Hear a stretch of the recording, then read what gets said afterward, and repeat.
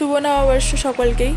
আজকে সকাল সকাল স্নান টান সেরে আমরা বেরিয়ে পড়লাম মন্দিরের উদ্দেশ্যে। রাস্তায় ডাবওয়ালা দেখতে পেলাম অনেকদিন পর, তো ভাবলাম ডাবের জল একটু খেয়েই নিই। তারপর পৌঁছে গেলাম মন্দিরে। এই কালী মন্দিরটাই আমি এসেছিলাম আগেরবারে, মানে সরস্বতী পুজো হয়েছিল। এখানে যত রকমের বাঙালির ফেস্টিভ্যাল সব এখানে সেলিব্রেশন করা হয়, আর যত বাঙালিরা সব এখানে চলে আসে যে কোনো অনুষ্ঠান বাঙালিদের। এই কালী মাতা মন্দিরে চলে এলে খুব ভালো লাগে, মনে হয় বাঙালি মানে কলকাতাতেই আছি, সব বাঙালিরা একসঙ্গে হয়ে যায় আর খুব ভালো লাগে, মনে হয় না বম্বে আছি। তো মায়ের প্রসাদ খেয়ে চলে গেলাম বান্টিদের বাড়ি। তো বান্টির বাড়িতে রেস্ট করে ওখানে একটু আইসক্রিম দই টই খাওয়া হলো, একটু খেলা দেখা হলো। তারপর রাত্রে চলে গেলাম আমরা ডিনার করতে।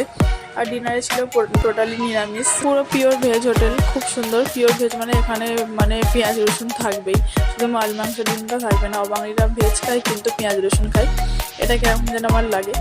তো যাই হোক, আমি দিয়েছিলাম বিরিয়ানি অর্ডার। তো ভিডিওটা কেমন লাগলো অবশ্যই লাইক করবো, কমেন্ট করবো, চ্যানেলটা সাবস্ক্রাইব করবো।